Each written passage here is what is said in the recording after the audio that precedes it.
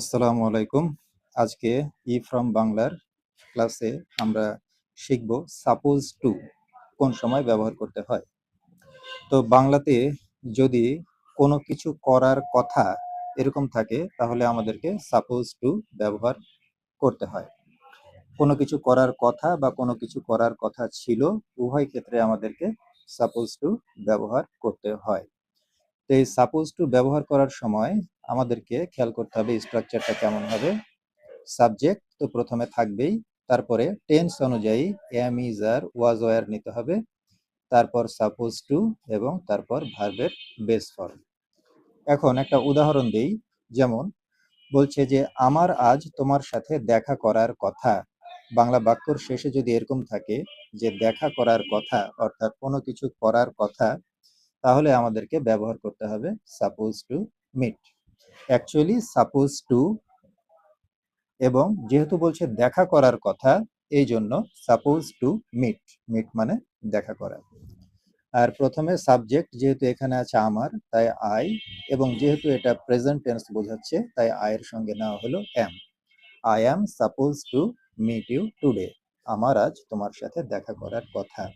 কিন্তু যদি পাস্ট বোঝানো হয়, তার গতকাল আসার কথা ছিল।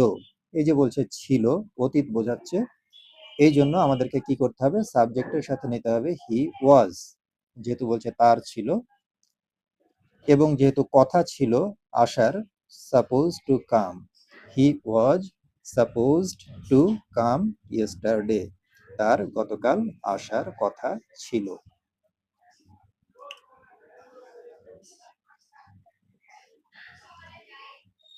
এবার দেখি কি আছে। সাপোজ টু বি কখন ব্যবহার করব? এই যে সাপোজ টু বি ব্যবহার করব যে কোনো কিছু হওয়ার কথা বা কোথাও কোনো কিছু থাকার কথা বা কোনো কাজ করতে থাকার কথা যদি এরকম বোঝায়, তাহলে আমাকে সাপোজ টু বি ব্যবহার করতে হবে। এবং এইটার স্ট্রাকচারটাও কি হবে, বরাবরের মতো প্রথমে সাবজেক্ট থাকবে, টেন্স অনুযায়ী আমাকে am, is, are, was, were নিতে হবে, এবং সাপোজ টু বি নিতে হবে। এবং এই সাপোজ টু বি এর পরে প্রয়োজন অনুযায়ী নাউন, অ্যাডজেক্টিভ বা প্লেস অর্থাৎ জায়গা যেটা বোঝাবে সেটা নিতে হবে। উদাহরণ দিলে আরো পরিষ্কার বোঝা যাবে। যেমন তোমার এখন স্কুলে থাকার কথা। এই যে বাংলা বাক্যের শেষে আছে থাকার কথা, এর আগের উদাহরণটা ছিল কোনো কিছু করার কথা, যেমন দেখা করার কথা, আসার কথা। কিন্তু এবার এটা বলছে না, এবার বলছে কোনো জায়গাতে অবস্থান করার কথা, অর্থাৎ থাকার কথা। সেই সব ক্ষেত্রে আমাদেরকে ব্যবহার করতে হবে সাপোজ টু বি। তাহলে টেন্স অনুযায়ী আমার এখানে সাবজেক্টের সঙ্গে নিতে হলো you are suppose to be, মানে তোমার থাকার কথা। কোথায় থাকার কথা? এই যে প্লেস, একটা জায়গা, অ্যাট স্কুল, আর এখানে আছে এখন, এই কারণে now. You are suppose to be at school now, তোমার এখন স্কুলে থাকার কথা। উদাহরণ যদি বলি, তোমার একজন ডাক্তার হওয়ার কথা ছিল, এটা কিন্তু অতীত হয়ে গেল, তাই সাবজেক্ট অনুযায়ী আমি নিলাম হি ওয়াজ। যেহেতু হওয়ার কথা ছিল, এই কারণে নিলাম সাপোজ টু বি, এবং একজন ডাক্তার হওয়ার কথা ছিল, ডাক্তার হচ্ছে নাউন, এই জন্য এখানে বসে গেল a doctor. He was suppose to be a doctor. ওকে।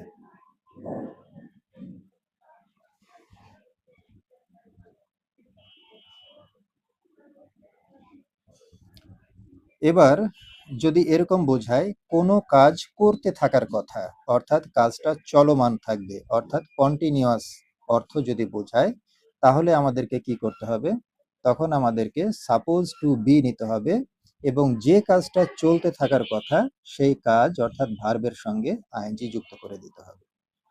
তাহলে আমি যদি একটা উদাহরণ নিই, যে তার এখন ঘুমানোর কথা। এই যে ঘুমানোর কথা আছে, এবং সেটা এখন অর্থাৎ বর্তমানে কোনো কাজ চলতে থাকা বোঝাচ্ছে, এই জন্য আমাকে নিতে হলো হি ইজ অথবা শি ইজ, টেন্স অনুযায়ী যেহেতু এটা প্রেজেন্ট বোঝাচ্ছে। তারপরে আমাকে নিতে হলো সাপোজ টু বি, এবং এই যে স্লিপিং ঘুমানোর কথা, এখন আর স্লিপ নিলাম না, ভার্বের বেস ফর্ম না নিয়ে ভার্বের সঙ্গে আইএনজি যুক্ত করে দিলাম। He is suppose to be sleeping now. তাদের এখন মাঠে ফুটবল খেলতে থাকার কথা। এই যে খেলতে থাকার কথা আছে কোথায়? এখন। এই কারণে আমরা ব্যবহার করব সাবজেক্ট তাদের, এর সঙ্গে নিলাম আর, দে আর সাপোজ টু বি, এবং এই প্লের সঙ্গে ভার্বের সঙ্গে আইএনজি যুক্ত করে দিলাম, প্লেইং। কেন? কারণ কাজটা বর্তমানে চলছে তাই। They are suppose to be playing football on the field now. তাদের এখন মাঠে ফুটবল খেলতে থাকার কথা। ঠিক আছে।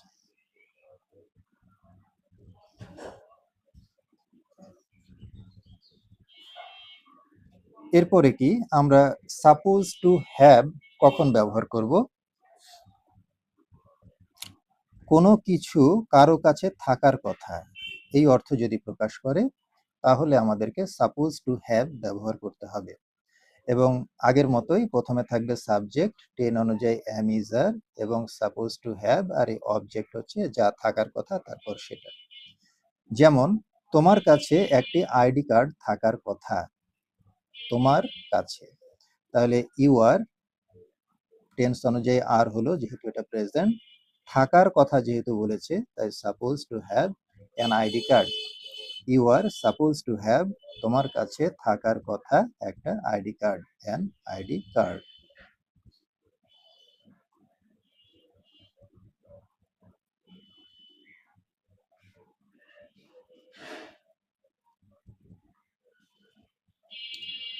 আচ্ছা, যদি এরকম বোঝায় যে অতীতে কোনো কাজ করে ফেলার কথা ছিল কিন্তু করা হয়নি, এরকমটা বোঝাতেও সাপোজ টু হ্যাভ ব্যবহার করতে হয়, কিন্তু তখন ভার্বের তৃতীয় রূপ ব্যবহার করতে হয়। আমরা কিন্তু এর আগে ভার্বের বেস ফর্ম ব্যবহার করেছি, ভার্বের সঙ্গে আইএনজি যুক্ত করে ব্যবহার করেছি, তখন ছিল সাপোজ টু বি।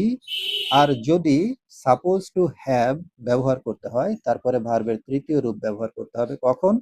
যদি বাংলা বাক্যটা এরকম বোঝায় যে অতীতে কোনো কাজ করে ফেলার কথা ছিল কিন্তু করা হয়নি। কেমন উদাহরণটা? যে তোমার এতক্ষণে হোমওয়ার্কটি শেষ করে ফেলার কথা ছিল কিন্তু সে হোমওয়ার্কটা শেষ করেনি। বাক্যটা যদি এরকম বোঝায় তাহলে এই যে এখানে যেহেতু বলছে করে ফেলার কথা ছিল, তাই আমাকে টেন্স এটা পাস্ট হওয়ার কারণে ইউ ওয়্যার নিতে হলো, এবং সাপোজ টু হ্যাভ নিতে হলো, এবং এই যে ফিনিশড এটা হচ্ছে ভার্বের তৃতীয় রূপ নিতে হলো। কেন? কারণ কাজটা শেষ করে ফেলার কথা ছিল কিন্তু করা হয়নি, অর্থাৎ সাপোজ টু হ্যাভ এর পর এই অর্থে ভার্বের তৃতীয় রূপ বসাতে হবে। আর এই যে এখানে বলছি এতক্ষণে, তার ইংরেজি হচ্ছে by now. You were suppose to have finished the homework by now. তোমার এতক্ষণে রান্না শেষ করে ফেলার কথা ছিল। এই যে কথা ছিল, এই কারণে you were suppose to have, ফিনিশটা হয়ে গেল ফিনিশড, ভার্বের তৃতীয় রূপ। কুকিং, এটা হচ্ছে রান্নার ইংরেজি হচ্ছে কুকিং, বাই নাও, এতক্ষণে এর ইংরেজি হচ্ছে by now. You were suppose to have finished cooking by now. একইভাবে তার গত সপ্তাহের মধ্যে রিপোর্টটি জমা দিয়ে দেওয়ার কথা ছিল কিন্তু সে জমা দিতে পারেনি, এরকম যদি বোঝায় তাহলে আমাদেরকে ব্যবহার করতে হবে সাপোজ টু হ্যাভ। এবং এরপরে যে জমা দেওয়ার ইংরেজি সাবমিট, এটা হলো ভার্বের তৃতীয় রূপ, submit, submitted, submitted. He was suppose to have submitted the report by last week. গত সপ্তাহের মধ্যে, তার ইংরেজি হচ্ছে বাই লাস্ট উইক। তো এই হচ্ছে বিষয়। তাহলে সাপোজ টু হ্যাভ কখন ব্যবহার করতে হবে সেটাও কিন্তু আমরা শিখলাম। এরপরে আসি, আমি তোমাদের জন্য কিছু এক্সারসাইজ রেখেছি। সেটা হচ্ছে কি, যে আমাদের সকাল 9টায় ক্লাস শুরু করার কথা, সাপোজ টু দিয়ে করতে হবে। তার এখন ঘুমানোর কথা, যেহেতু এখানে বলছে এখন তাহলে আমাকে ব্যবহার করতে হবে সাপোজ টু বি, এবং এরপরে ভার্বের আইএনজি যুক্ত করতে হবে। ট্রেনটি বিকেলে পৌঁছানোর কথা ছিল কিন্তু এটি দেরি করেছে। যেহেতু বিকেলে পৌঁছানোর কথা ছিল কিন্তু পৌঁছাতে পারেনি, তাহলে এটা আমাকে সাপোজ টু হ্যাভ প্লাস ভি3 দিয়ে করতে হবে। এই মোবাইলটির দাম এত বেশি হওয়ার কথা না। যেহেতু বলছে হওয়ার কথা না, তাহলে আমাকে সাপোজ টু বি ব্যবহার করতে হবে এবং তারপর দামি, এই যে এত দাম মানে দাম বেশি, দামি অ্যাডজেক্টিভ হিসেবে এক্সপেন্সিভ ব্যবহার করতে হবে। আর তোমার এতক্ষণে রান্না শেষ করে ফেলার কথা ছিল, তাহলে যেহেতু শেষ করে ফেলার কথা ছিল কিন্তু শেষ করতে পারেনি, তাহলে suppose to have plus V3 ব্যবহার করতে হবে। এই বাক্যগুলো প্র্যাকটিস করে আমার কমেন্ট সেকশনে তোমরা জানাবে, তাহলে আমি খুব খুশি হব। ঠিক আছে, আজকের মতো এখানে ক্লাস শেষ করছি। আসসালামু আলাইকুম।